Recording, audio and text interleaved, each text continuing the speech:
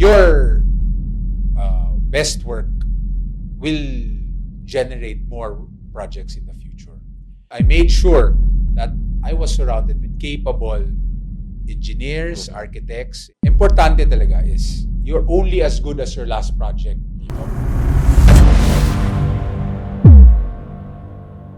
Magandang araw sa inyong lahat at nandito na naman tayo sa isang magandang episode ng The Sun Podcast. At ang bisita natin ngayong araw ay isang, he's a practicing one in construction, but he is actually a mass comm graduate and took up MBA abroad. But now, he is a builder. Good morning to you. Hindi kita pwedeng tawagin engineer eh. Di ba? Gari na lang. Gari Tiongco. Call me GT. GT. Yes. Okay. GT. Mahilig ka siguro sa kotse, no? GT is short for Gari Tiongco. Good talker. Kasi may ambition din pala sa dati na maging broadcaster. Yes. But anyway, we're here to talk about what he does, which is in building homes and other structures. Yes. So, Good bigyan mo nga day, kami. good day, Brad Tito. Ano bang bago ngayon sa construction? I've been in construction for the past 15 years. 15 years. But even before that, my lolo was a contractor, my dad was a contractor. And earlier today, I told you na nag-umpisa ako sa lolo ko, nagtrabaho sa lolo ko. Grade 6 pa lang ako. I joined him in visiting his construction sites. This is government Projects to, because that was his forte. Bridges, roads. Wow. So in Davao, we built the diversion road in Davao, which is still being used right now. Also, Davao Bukidnon, Davao Jensan. Really? Yes. Those are with my dad.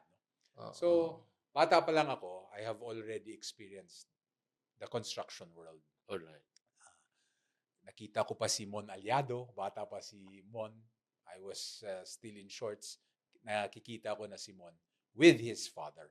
Okay. So, wide experience in construction. 2014, we started building 14, 15-story buildings. This is the forte of my construction firm now. So, from government background, construction, now, dito ka na sa private? Dito na private. Sandali, bakit ayaw ng government projects? It's a hot topic right now. Yes, right? I understand. I respect people who do business with the government and construct for the government. But it's a different way to do business in government and in private. Magkaiba talaga. How? I think more professional talaga ang private. Parang masakit yata mong salita. I didn't mean anything by that. But the thing is, it's really different. There are two different animals on how to do business with the government and how to do business with the private sector. But in the private sector, you are expected to finish your projects on time, deliver the building or whatever project at the cost that you have agreed upon. Or minsan, sa government, alam naman natin, hindi ganun. So, you mentioned Gary na, I'll call you Gary. Okay. Or GT pala, GT. Okay. So, from your experience working with your grandfather, your father, then you nag-shift to private. Ikaw na yun nakaharap, di ba? Ano yung parang background? Ano yung pinesenta mo sa mga clients? You know, Tito, I surrounded myself with good engineers. Good engineers who have experience in the business. I may be just the face of the business, but I made sure that I was surrounded with capable engineers, architects, and I formed a team. Okay. Our projects are all around the country. We have in Manila, we have in Iloilo, we have in Davao. Each project has its own management team and led by capable people. Local? Local. That's good. We usually hire local, or I bring trusted people and assign them to these projects. Ganun ang Project managers. Project managers. No? PMs, we call them PMs. So they are part of your company? They're part of my team. They Uh-huh. they lead the construction in that area. Asan, kasi kung ko lang narinig yung project manager. No, project manager meaning, ikaw ang in charge sa project dun sa area. Ikaw yung site manager. Ikaw lahat. You are the de facto head of that project there. Okay. So I visit all these projects at least once a week or once a month. So I'm in Davao 1 week, I'm in Iloilo 1 week, I'm in Manila 1 week, and then I go back to the provinces again to visit. Importante yun kasi wala naman ako doon para tignan yun. Pero I make sure na there are schedules to be followed, there are schedules to be met. So I make sure that they are met. You know, like earlier I told you, Tito, that your best work will generate more projects in the future. So I started working with a Mindanao outfit, a Mindanao corporation called 𝗬𝗏. They are owned by the 𝗬𝗏𝗀𝗃 family. We did, they awarded us a project called Sea Wind. 6 buildings. So we did the first, we did the second, and continuous. So my business relationship with them continuous din.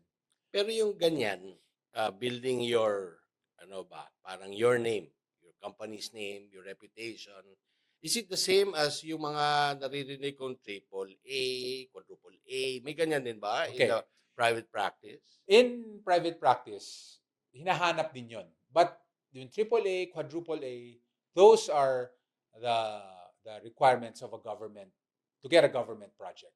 The higher your rating, the bigger the contract amount that you can get. So walang ganyang rating when you're dealing with the private sector. Gusto nila yon, sinusunod din nila yon, but not like the government. So, for example, you are a AAA in a private sector, you can get a big contract. But if you're a B, you can also get a big contract. There's no difference. What's no, B? No, type B. Type B. So there's no difference. No? Okay.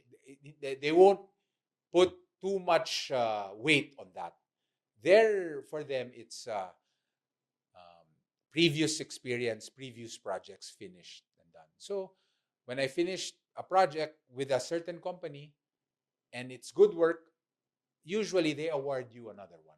So what we heard earlier was because of family background, what his grandfather, his father is doing, even if he had another ambition, he got himself into the same mold in the industry.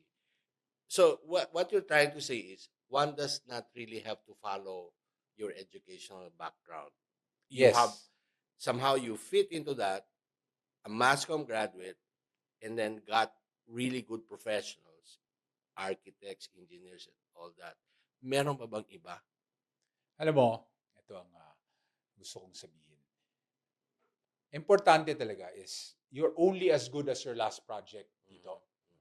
So if you do not deliver the expected results, then it will tarnish your image. It will tarnish your reputation. So in construction, if let's say 2 years contract at 300 million, you deliver a 15-floor building complete, and you do it on time, on budget, there is no reason why that company will not get you again. And good news travels fast. And so does bad news. And so does bad news. Or maybe even faster. Or yes, definitely. No? But this will just manganganak siya. I'll give you an example. During the pandemic, 2021, we were all scampering, and we did not know what to do. But there was a building in Davao. It was our last building with the 𝗬𝗏𝗀𝗃 family. We had all our employees tested. We bunked them in one area. We finished one building in 2021. And then a person called me. His name is 𝗧𝗶𝗃. He's one of the biggest developers, upcoming developers. He called me and said, we need help in Davao. I heard your name from another person, and we met playing basketball before. So I said, okay. And sabi niya, I need help. I need to move my project. And I said, I will help you in Davao because I have men there. So to cut a long story short, we never met. We just met we talked over the phone, we talked over Zoom, and then he awarded me a project. And I made sure that we finished it on time. I made sure that it was on budget. And thank God we delivered. No? This was during the pandemic.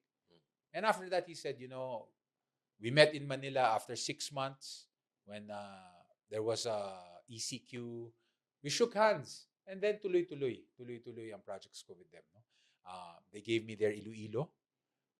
They gave me Manila. So, yun talaga, like what I said, manganganak if you do well. Now, hindi ka ganun nga. Maraming engineers, maraming architects. Maybe some or most of them are dreaming to establish a big engineering company. Pero napapansin ko, sometimes you have to have that entrepreneurial spirit. I sense it from you, no? Maganda yung parang nangyayari in your industry what you do. So, meron ka bang ma-impart sa mga nasa first year or gusto pang maging engineer? Ano ba talagang may future ba sa kanila? Yayaman ba sila diyan? Can they provide for their family, build a house of their own? Ang mapapayo ko dyan, Tito, is ganito. No? I'm not an engineer, like what I said, so I get the best people. I attract them by making sure they are part of the business. Teamwork. But I think, for businesses like this, ang natutunan ko is cash flow management. Okay? Importante kasi yung cash flow, lalo na sa construction. Kasi, pag hindi ka nabayaran ng contractor, or hindi nabayaran ang contractor, masakit sa ulo yun. Kasi, syempre, meron akong labor na babayaran, meron akong mga suppliers na kailangan bayaran. But you have to make sure na the company that you do business with is makakabayad. Okay. So, kung may delay, okay lang yung delay sa bayad. Natural yun. In any business, natural yun. But ang importante is, kailangan makakolekta ka.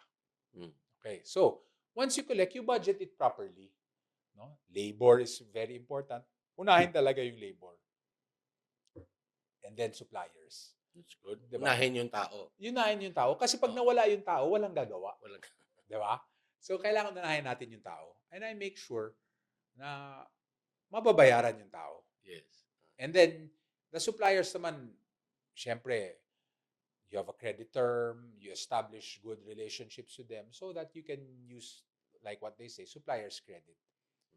And then, basta ang importante, mabayaran mo rin sila para tuloy-tuloy. So, yung cash flow talaga is important because kung wala kang cash, napakahirap i-move yung project. So, when contractors get down payment, for me, I make sure bibili ka agad ako ng materyales. Okay? So, yung materyales dyan, para ang project mo ma-accomplish. Usually, you are given 20% down payment, 25% down payment. I make sure I buy all the materials na kaya bilhin ng 20%. And I leave some for salaries and wages. Pagdating naman sa supplies, gaano kalaki ang percentage with regards to locally sourced supplies as against, I think we import. Tama ba? Yes. Even semento yata, we import. The basics, like steel and cement, I get it locally. Locally. We produce our own steel? 𝗧𝗶𝚃 does. Okay. It's commercial. It's owned by a big by a family, Benjamin Yao. 𝗧𝗶𝚃, doon pa lang ako nakakuha ng bakal with them. No? So, I don't have, there are others like Capital, Cathay. So, marami pang local. Okay. But I think 𝗧𝗶𝚃 is the biggest. For Cement, I usually get from Union or mostly from Union or any other. Okay lang sa akin. Basta kayang mag-deliver. Ganang planning ito. Baka ka-discount tayo, ha? Siyempre. That's one more thing, no? Maraming resources na pwede nating gamitin. So, to help out others, so, for example, magpapagawa ng bahay yung mga kapatid ko, I already know na we can get from this supplier who is very competitive. So, bumababa yung contract price namin. And reputable. And reputable. Diba? Maraming pwedeng tulungan na sa construction. Marami kang ma-employ. Marami ding sakit ng ulo. So, what do you import? Okay. I import windows. From Germany? No, from China. From China? Yes. If you import from Germany, then kailangan yung kontrata mo napakalaki. Napakamahal. Because that is people say China inferior. No. China is already comparable with the products from Europe.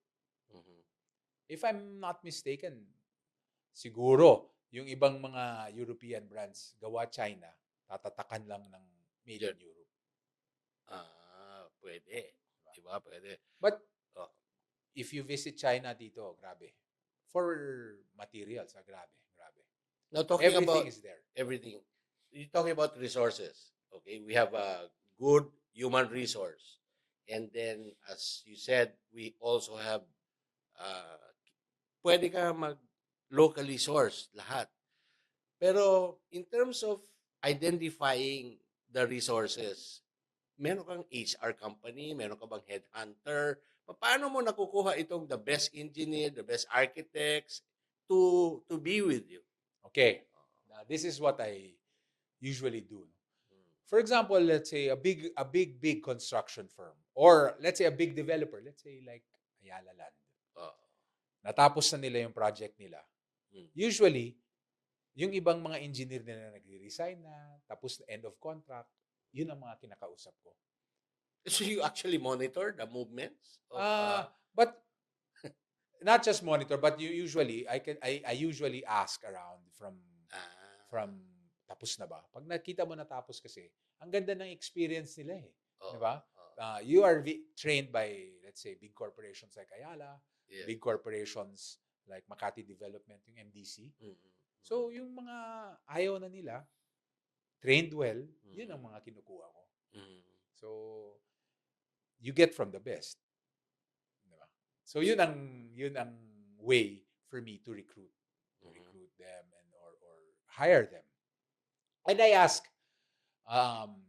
other brands, other resources. Meron iba may lumalapit diretso sa kumpanya or may iba na nire-refer. So, yun ang kinukuha ko. Kinakausap ko, tinatanong ko bakit ka umalis. Pinapatanong ko kung may problema sa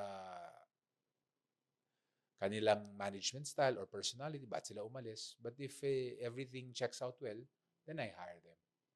Yung industry ba yan, yung mga condominiums and all that, are we on an upswing? Are we on a slump? Kasi di ba nawala si Pogo. So, may effect daw. That's what I read. But how is the industry doing when it comes to the private construction industry? I think tuloy-tuloy ang projects ng private industry because you cannot stop them. Once you stop, there is going to be a problem for a developer if you stop. Because the slump is not forever. It's temporary. So let's say in the next 3 years, it takes like for a 15-floor or 25-floor building, it takes 2 years to build, minimum. So if you stop building, and then in the next 2 years, there's an upswing, wala ka nang mabenta. So iwan ka. So you just have to keep on going? You have to keep on going. Now is the best time to buy. Why? Because, like what you said, there's a slump. So for a 5-year payment term, developers usually stretch it to 7 to 8 years with a small down payment. Then you can move in. Meron na nga di ba? Rent to own, interest free. So we have to take advantage of the buyers can take advantage of that. Yes. This is the perfect time to do it. Pero now, in terms of yung sabihin nilang overdevelopment of urban areas, what do you have to say about it? Kasi siksikan eh. Okay. Diba? Parang siksikan. I was at this small dati na maraming open space. Ngayon, puro ano na siya, puro mga kiosk na halos napupuno. What can you say about it? Actually, centralized kasi ang mga businesses sa areas of development. For example, Manila. Lahat gusto sumaksak sa Manila. Kasi nandun talaga yung commerce and negosyo and business. No? So, slowly, it's going out. No? But, for example, 𝗬𝗏𝗏𝗏, that's a perfect example. Ang dami nang lumipat sa 𝗬𝗏𝗏𝗏. Ganda dun? Ang ganda, di ba? So, slowly, nabibuild na rin nun. Pero, mahal eh. Mahal pa rin siya, di ba? Mahal pa rin siya. So, if you, sometimes, convenience, bibili ka ba ng 25,000 per square meter na lupa, magtatayo ka pa ng bahay, so laki ng investment mo. Ngayon, nandito ka sa Manila, merong condominium, 10 years to pay, 0 interest. Siyempre, kukunin mo yung nandito. Kasi, ang lapit sa office mo, you don't need a car, lalakarin mo lang. So, may plus and minuses. Okay. But eventually, it will decentralize and devolve because there are a lot of developers who are also building new business districts. So, malilipat na rin konti-konti. But nandito pa rin ang center sa Manila or Davao or Cagayan de Oro or Cebu.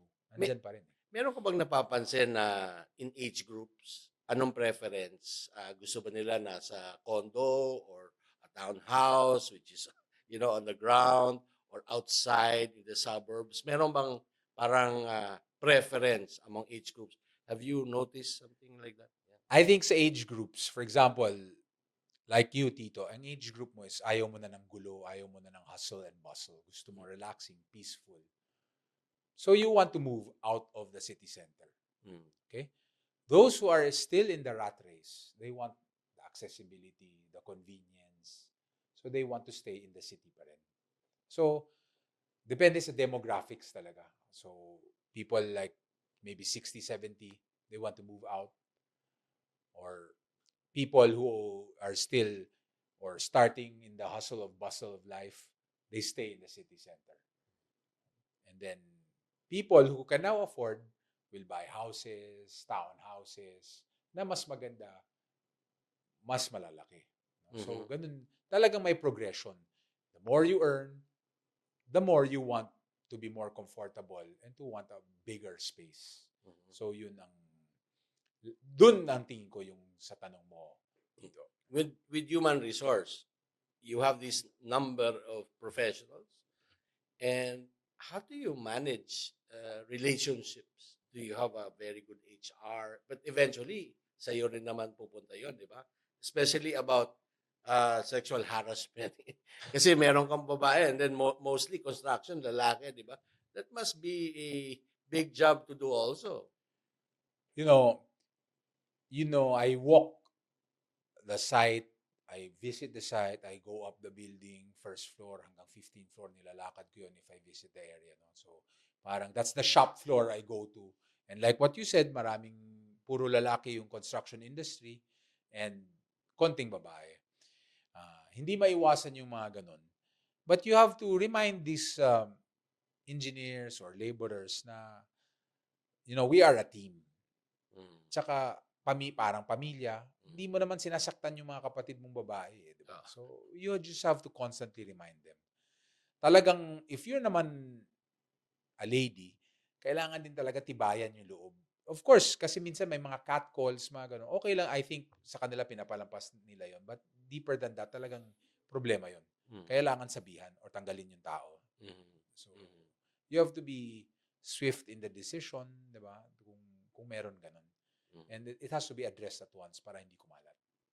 Tayo ba, marami tayong engineering schools, marami tayong kumukuha ng architecture, interior design, and then meron na nga mga board exams yung mga yan, di ba? May future ba for them? I mean, do we need more of them here or should they go abroad? There are a lot of opportunities pa rin sa Pilipinas, sa Mm. engineers, sa architects. But syempre, hindi natin matalo yung salaries that they get abroad. I Okay. cannot blame the people who go out of the country. And then, I'm very proud of these people who make it there because it's hard. But we have the discipline, we have the talent, we have the quality education that they bring there, and then what makes them successful there. Mm. But here in the Philippines, there are also opportunities. No? So, like a lot of developers are still building. So there are a lot of jobs that are still available. And then progression naman, sometimes when you hire a lot of young engineers or those who are experienced, some leave because they also want to start their own. Mm. So, marami pa rin opportunities Mm. in the construction industry. How do you see yourself 10 years from now? Will you go back to your first love and do the Wala na podcast yun. yourself? Wala. I don't think that is in the horizon for me. But, I want to build more. I want to be still competitive. I want to work because, it's not just my company. I employ a lot of people. Parang karga ko rin sila. They are also my responsibility. So, if I am successful and they are gainfully employed, I am very happy with that. That is a way of helping the country. I employ about 600 people. Mm. No? So, I want tuloy-tuloy yung project so that I can still employ and help people. I always pray that my business will continue kasi that is, I think, my way of helping the nation, employing a lot of people, and building good projects. And what is like your top value? Siyempre, they see it in you. And then, what top value do you impart to these 600 plus employees and even your suppliers and even your clients? What is the value that stands out with GT? GT is reliable. Mhm. Parang baterya. Diba? Reliable, Brad. Importante reliable ka kasi if something has to be done, and I will do it myself. Okay. No? For example, there is an instruction or may kailangan gawin, and you feel that haphazard pagkagawa na kung papagawa mo. Di ako gagawa, di ba? Tatapusin ko. Basta, importante, alam ng tao, maasahan ka. No? Yun ang, I think, kung may gusto akong i-impart to my son, to my daughter, to the rest of my employees, is importante, maasahan. So, there you are in our podcast with GT, who is a builder. Reliability is his top value. And we hope that those of you who are listening, especially those interested in getting into the building industry, be inspired. Be inspired, continue, and focus.